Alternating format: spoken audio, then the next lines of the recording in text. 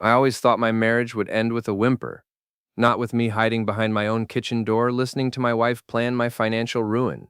But here I was, clutching a coffee mug like it was evidence, while Tara spoke into her phone with the casual tone she usually reserved for ordering takeout. Mom, trust me. The kid looks exactly like Brent. Same eyes, same chin. Ethan's too dense to notice, she said, pacing near the window. Child support is basically guaranteed income for 18 years. My name is Ethan Bell, and until 30 seconds ago, I believed my 12-year-old son Max was mine. I'm a systems architect for a mid-sized tech company, the kind of guy who fixes problems for a living. Ironic, considering I apparently couldn't spot the biggest problem in my own house. Tara continued her conversation, completely unaware I'd come home early from a client meeting. Lauren thinks I should wait until after his next promotion to file. More money that way. Lauren, her office friend who always looked at me like I was something stuck to her shoe. Now I understood why. Brent's already promised to help with the transition. He says corporate HR can make things smoother. Tara laughed, a sound that used to make me smile. Now it made my stomach turn. The best part? Ethan actually likes him. Thinks he's a great boss. Brent Mallory, my wife's supervisor at the marketing firm where she worked as an HR manager. The guy I'd shaken hands with at company picnics, who drove a silver Jaguar and always wore suits that cost more than my monthly salary. The man I'd stupidly trusted when he praised my wife's dedication to her work. I set down my mug and pulled out my phone, opening the voice recorder app. My hands shook as I pressed record. The timing has to be perfect, Tara was saying. Brent's wife is already suspicious, so we need to be careful. But once the paperwork is filed, what can she do? The DNA doesn't lie. DNA. The word hit me like a slap. I thought about Max's recent growth spurt, how he'd started looking different. The dark hair that didn't match mine or Tara's. The brown eyes that seemed familiar but wrong. I know it sounds harsh, Mom, but Ethan was never going to amount to much anyway. This way, everyone wins. Well, almost everyone. She laughed again. I stopped recording and backed away from the door, my mind racing. 12 years of marriage. 12 years of thinking I had a family, a life, a future, all of it built on lies. But Tara had made one crucial mistake. She assumed I was too dense to figure it out. She was about to learn otherwise. That evening, I sat across from Max at our kitchen table, helping him with algebra homework. He had Tara's nose, I'd always thought, but now I studied his features with new eyes, the shape of his jaw, the way he tilted his head when concentrating. Details I'd overlooked suddenly seemed obvious. Dad, you're staring at me weird, Max said, looking up from his textbook. Sorry, buddy, just thinking. About what? Nothing important. I ruffled his hair, the same gesture I'd made thousands of times before.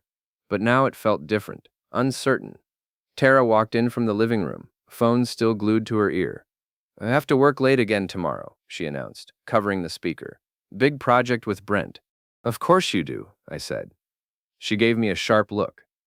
What's that supposed to mean?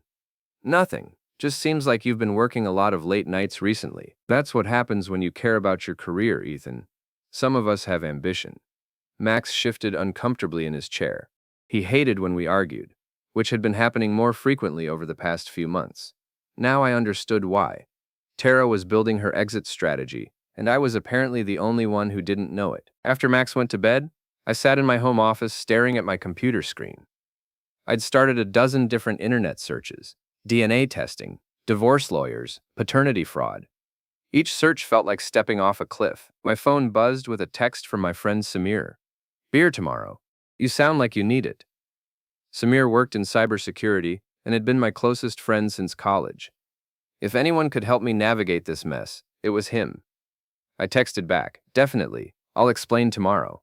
The next day, I met Samir at Murphy's Bar, a dive near downtown that served decent burgers and minded its own business. He took one look at my face and ordered 2 whiskeys. Okay, what happened? He asked. I told him everything. The overheard phone call, the suspicions about Max, the late nights and mysterious meetings. Samir listened without interruption, his expression growing darker with each detail. Man, that's rough, he said finally. But you need proof before you do anything. Accusations without evidence just make you look paranoid. I recorded part of the phone call. Good start. What else? I don't know. I feel like I'm losing my mind. What if I'm wrong? What if I'm just being paranoid? Samir leaned forward. Ethan, I've known you for 15 years. You're the most logical person I know. If your gut says something's wrong, it probably is. He was right. My whole career was built on identifying problems and finding solutions. This was just another system to debug. I need a DNA test, I said. Easy enough. There are labs all over the city. But what about the rest? If she's planning to take you for everything, you need to be ready. What do you mean? Evidence, documentation, financial records. If she's been planning this for months, she's probably been moving money around, covering her tracks. You need to know what you're dealing with before she files. Over the next week, I became a detective in my own home. I installed a keylogger on our shared computer, checked bank statements, and documented every suspicious phone call and late-night meeting. The picture that emerged was worse than I'd imagined. Tara had been planning this for almost a year. She'd opened a separate bank account, transferred money from our joint savings, and even consulted with a divorce attorney. The attorney's name appeared multiple times in her email. Patricia Vance, known for aggressive tactics and maximizing settlements. But the worst discovery came when I found printed emails between Tara and Brent. Not just about their affair, but about their plan to destroy my reputation at work. Brent had connections throughout the tech industry. They'd discussed spreading rumors about my competence, my reliability, my character. Make sure he's unemployable, one email read. Easier to get full custody if he can't provide stable income. They weren't just planning to leave me. They were planning to ruin me. The DNA results arrived on a Thursday morning, while Tara was at work. I sat in my car outside the lab, holding the envelope like it contained explosives. In a way, it did. I already knew what it would say, but seeing it in black and white still felt like a punch to the chest. Probability of paternity, 0%. Max wasn't my son. 12 years of bedtime stories, soccer games, and homework help. 12 years of thinking I was building something permanent, something real. All of it based on a lie. But as I sat there, something strange happened. Instead of falling apart, I felt a cold clarity settle over me. Tara thought she was playing chess while I played checkers. She was about to learn that I'd been studying the board too. I called my own attorney that afternoon. Patricia Vance had a reputation for being ruthless, but my lawyer, David Chen, had something better. He was thorough. When I walked into his office with 3 folders of evidence, he actually smiled. Your wife made a critical error, he said, flipping through the printed emails. She documented everything: adultery, fraud, conspiracy to damage your career. This isn't just a divorce case anymore. What do you mean? She's committed several crimes, wire fraud, for starters. She used company resources to plan personal business.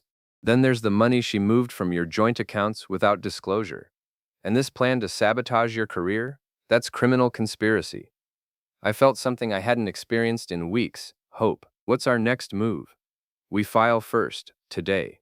And we make sure everyone who needs to know gets a copy of these documents. That afternoon, I sat in my office trying to focus on code reviews while David prepared the paperwork. My phone buzzed with a text from Tara. Working late again. Don't wait up. I almost laughed. She was probably with Brent right now, celebrating what they thought was their brilliant plan. They had no idea the trap was already closing around them. Samir stopped by my desk around 5 o'clock. You look better, he said. Almost human. I feel better. Turns out having a plan helps. What kind of plan? I glanced around the office, making sure no one was listening. The kind that involves serving papers tomorrow morning, at her office. During the weekly staff meeting, Samir's eyebrows shot up. That's cold, man. She wanted to play games. I'm just changing the rules. The next morning, I drove to Tara's office building, a gleaming glass tower downtown that screamed corporate success. David met me in the lobby with a briefcase and a process server named Janet, a middle-aged woman who looked like someone's aunt but had the demeanor of a professional wrestler. Remember, David said, stay calm. Don't engage in arguments and let Janet do her job. We took the elevator to the 15th floor, where Tara's department held their weekly meetings in a conference room with floor-to-ceiling windows. Through the glass, I could see Tara sitting at the head of the table, gesturing animatedly while her colleagues took notes. Brent sat to her right, leaning back in his chair with the casual arrogance I'd always mistaken for confidence. Janet walked in first, followed by David and me. The conversation stopped immediately. Tara Bell? Janet asked. Yes? Tara's voice was uncertain, her eyes darting between the three of us. You're being served with divorce papers and a restraining order. Janet placed the documents on the table in front of her. You're also being served with a civil suit for fraud and conspiracy.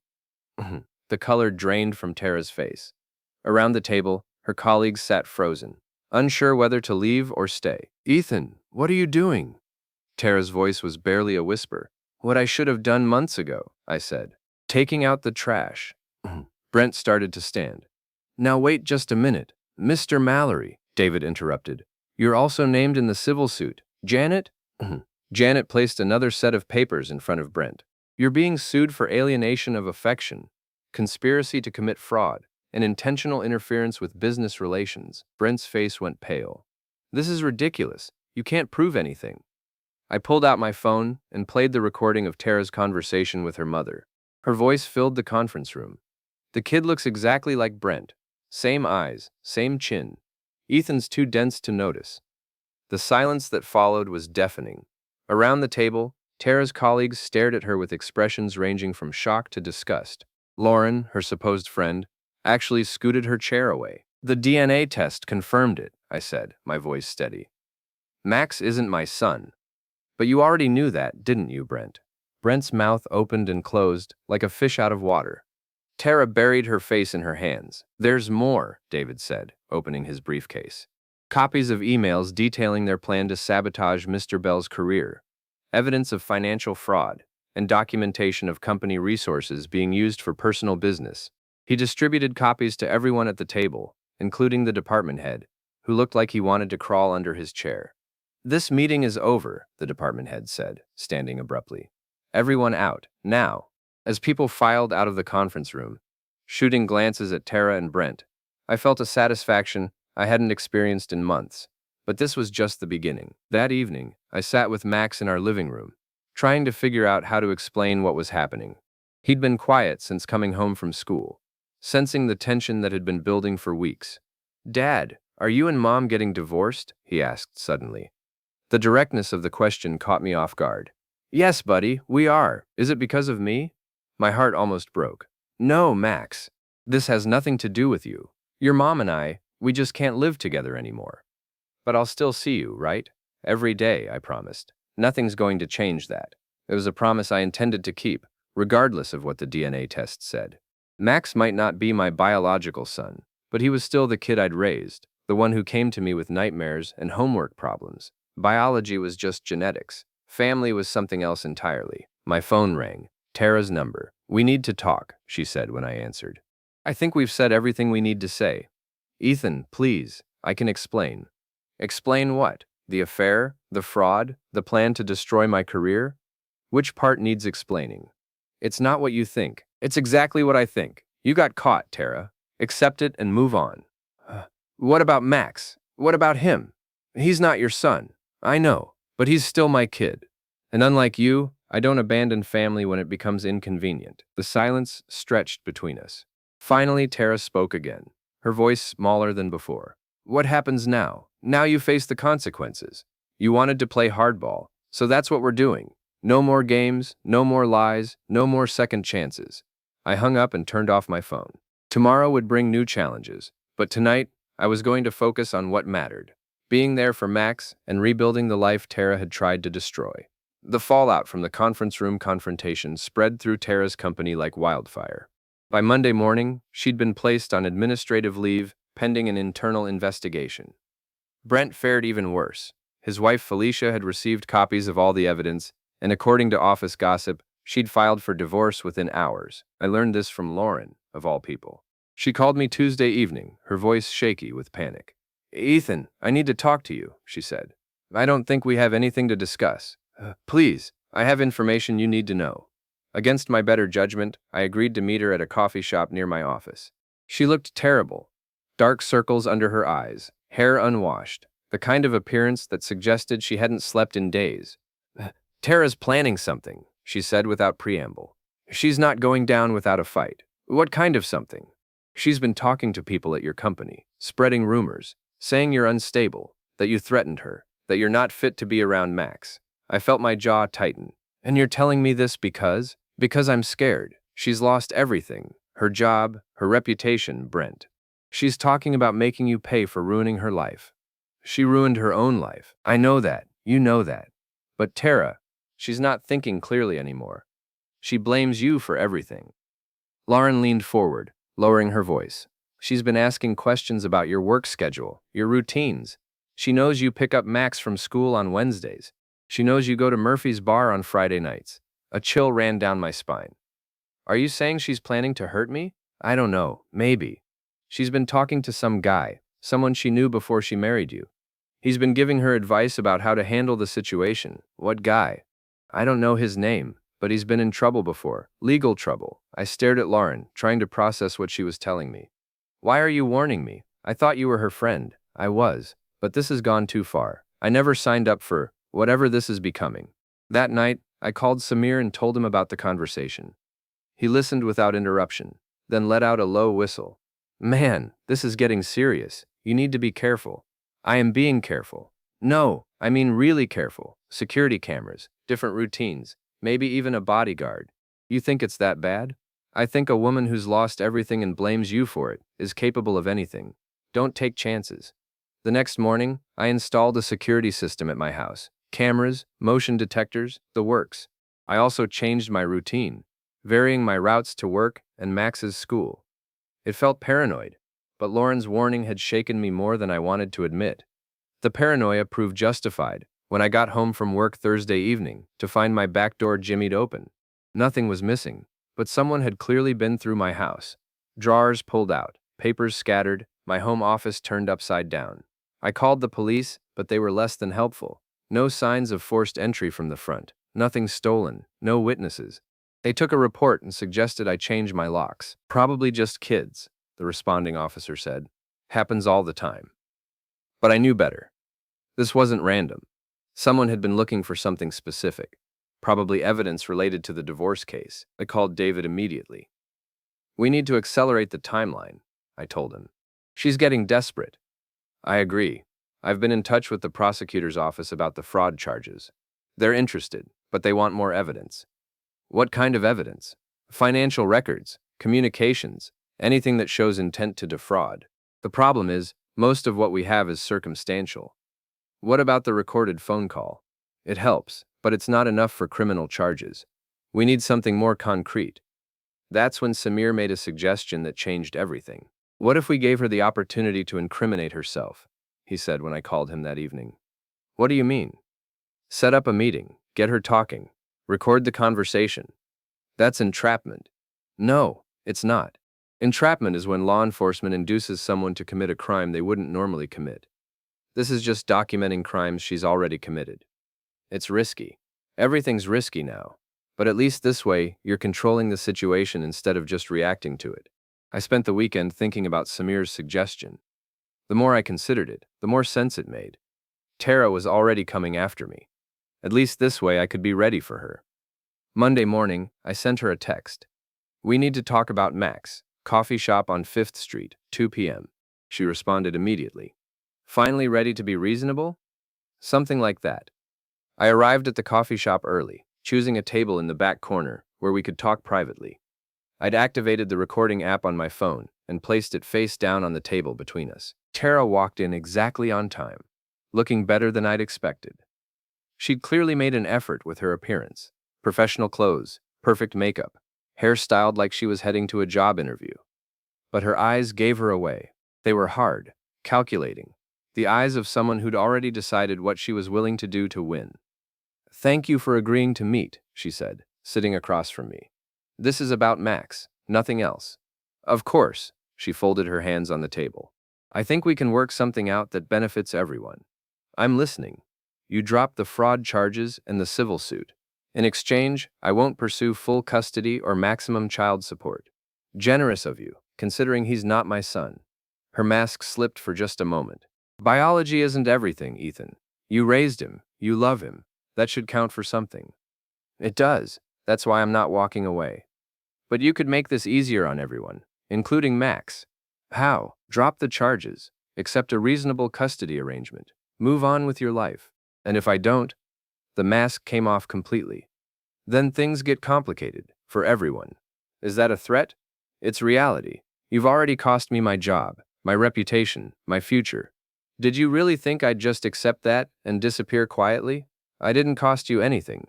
You did this to yourself. I made one mistake, one, and you're trying to destroy my entire life over it. One mistake. Tara, you've been planning this for months. The affair, the fraud, the plan to sabotage my career. That's not one mistake. That's a pattern of deliberate deception. She leaned forward, her voice dropping to a whisper. You have no idea what I'm capable of when I'm cornered.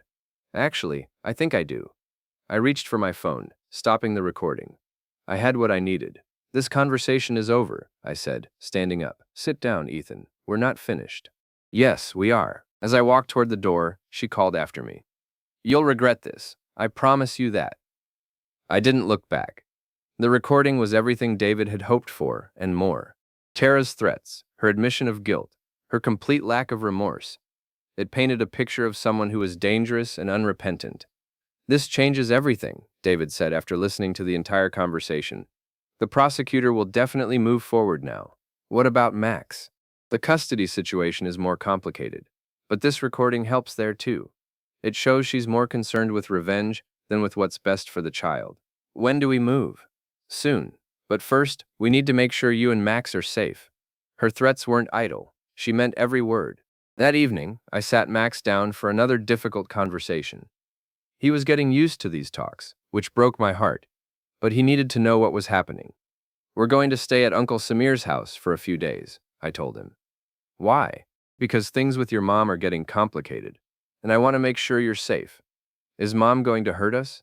The question was so direct, so innocent, that I had to take a moment to compose myself. I don't know, buddy. I hope not.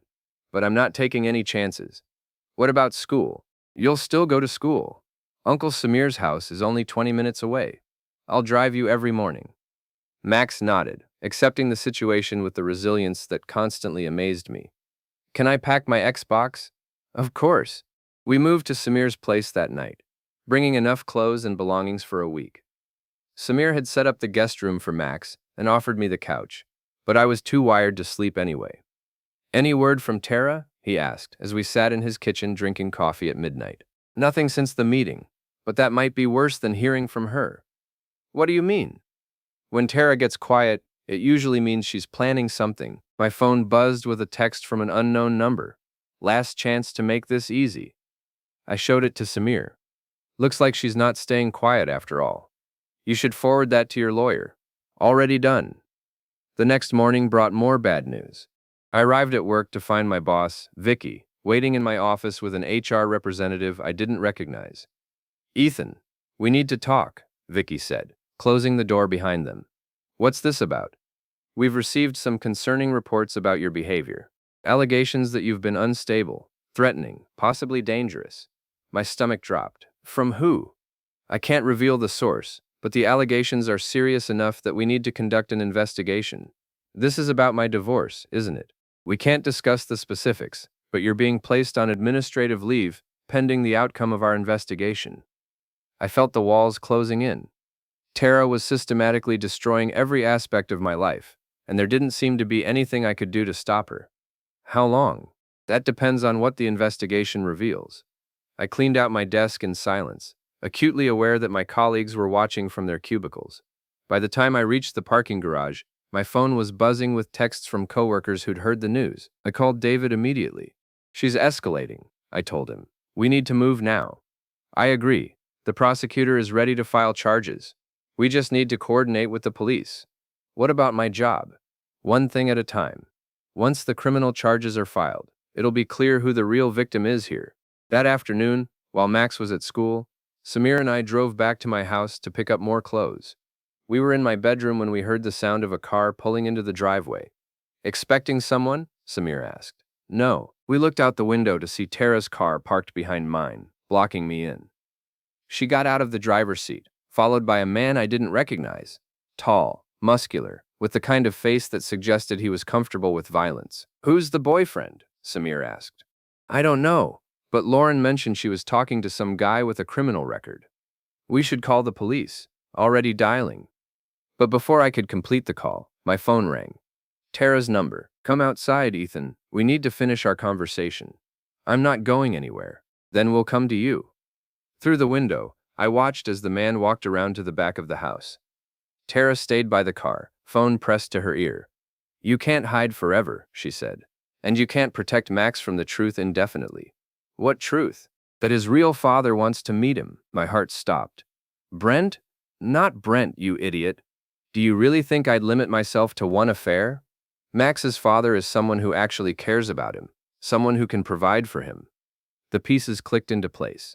The man outside wasn't just muscle, he was Max's biological father. And Tara was planning to use him to take Max away from me permanently. You're insane, I said. I'm practical. You've made it clear you want to fight, so we're fighting. But this isn't just about us anymore. This is about Max's future.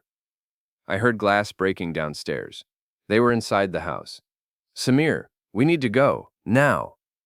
We grabbed what we could and headed for the back bedroom window. It faced the side yard, away from where Tara was waiting. Samir went first, dropping onto the grass and helping me down. My car's around the block, he whispered. We made it to Samir's car without being seen. But as we drove away, I caught a glimpse of Tara in my rearview mirror. She was standing in my front yard, phone to her ear, watching us leave. She was smiling. We need to get Max, I said. School doesn't end for 2 hours. I don't care. We're getting him now.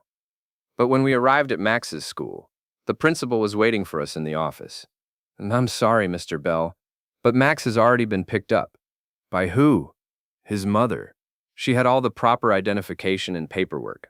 My world collapsed. Tara had Max, and I had no idea where she'd taken him, or what she was planning to do. The police were sympathetic but limited in what they could do. Max was with his mother, who had legal custody. The fact that she'd picked him up early from school wasn't a crime, even if it violated our informal agreement. But she threatened me, I told the responding officer, and she broke into my house. Do you have proof of the threats? I played the recording from the coffee shop. The officer listened, taking notes. This is helpful, but it's not specific enough to constitute a credible threat. And as for the break-in, if she still has keys to the house, she doesn't. Can you prove that? I couldn't. And even if I could, it might not matter. The system that was supposed to protect me was failing, and Tara knew it. That evening, David called with news that should have been good but felt hollow given the circumstances. The prosecutor is filing charges tomorrow morning. Fraud, conspiracy, criminal mischief. She'll be arrested within 24 hours. What about Max? Once she's arrested, emergency custody will revert to you. But until then, she has my son. I'm sorry, Ethan. I know this isn't what you wanted to hear. After David hung up, I sat in Samir's living room staring at my phone, willing it to ring. I'd tried calling Tara dozens of times, but she wasn't answering. I'd tried calling Max's phone, but it went straight to voicemail. She can't just disappear, I said to Samir. She has to surface eventually. Maybe. But by then, who knows what kind of poison she'll have poured in Max's ear. That thought terrified me more than anything else. Max was a smart kid, but he was also 12 years old and confused. If Tara convinced him that I was the villain in this story, I might lose him forever. My phone buzzed with a text from an unknown number. Max is safe. He's with his real family now. Don't try to find us. I showed the message to Samir, who immediately started typing on his laptop. What are you doing? Trying to trace the number. It's probably a burner phone, but maybe we'll get lucky. While Samir worked, I paced the living room, running through every possible scenario. Where would Tara go? Who would help her? How far was she willing to take this? Got something, Samir said suddenly. The phone was purchased yesterday at an electronics store downtown. Paid for with cash, but they have security cameras. Can you access them? Not legally. I don't care about legal anymore. Samir looked at me for a long moment, then nodded. Give me an hour. The security footage showed Tara purchasing the phone, accompanied by the same man I'd seen at my house. They'd paid cash and left immediately, but Samir was able to enhance the image enough to get a clear look at the man's face. Now we run him through facial recognition, Samir said, fingers flying over his keyboard. Is that legal? Probably not, but desperate times, the search returned a hit within minutes. Robert Bobby Kane, 38. Multiple arrests for assault, theft, and domestic violence. Last known address was an apartment complex on the south side of town. That's got to be him, I said. Max's father. And probably where they're hiding. I was already reaching for my jacket. Let's go. Ethan, wait. We should call the police. And tell them what? That we illegally accessed security footage and ran an unauthorized facial recognition search? Good point. Besides, by the time they get a warrant and organize a response, Tara could be gone again. This might be our only chance. Asmir grabbed his keys. Then let's go get your son. Of the apartment complex where Bobby Kane lived was the kind of place that had seen better decades. Cracked sidewalks, broken streetlights, and the lingering smell of desperation. We parked across the street and watched the building for signs of activity. Third floor, apartment 3B, Samir said, checking his notes. But I don't see Tara's car anywhere. Maybe they parked around back. We circled the building and found Tara's sedan tucked behind a dumpster, almost hidden from view. My heart rate spiked. Max was in there, probably scared and confused, while Tara filled his head with lies about why we were hiding. What's the plan? Samir asked. I go up and get my son. That's not a plan, that's a wish. What if Kane gets violent? What if Tara calls the police and claims you're stalking her? He was right, but I was past caring about strategy. Every minute Max spent with those people was another minute of psychological damage that might take years to undo. I have to try. Then we do it smart. I'll watch the exits while you go up. Any sign of trouble, I call 911. Deal. The building's security door was broken, hanging open on rusted hinges. I climbed 3 flights of stairs, my footsteps echoing in the narrow stairwell. Apartment 3B was at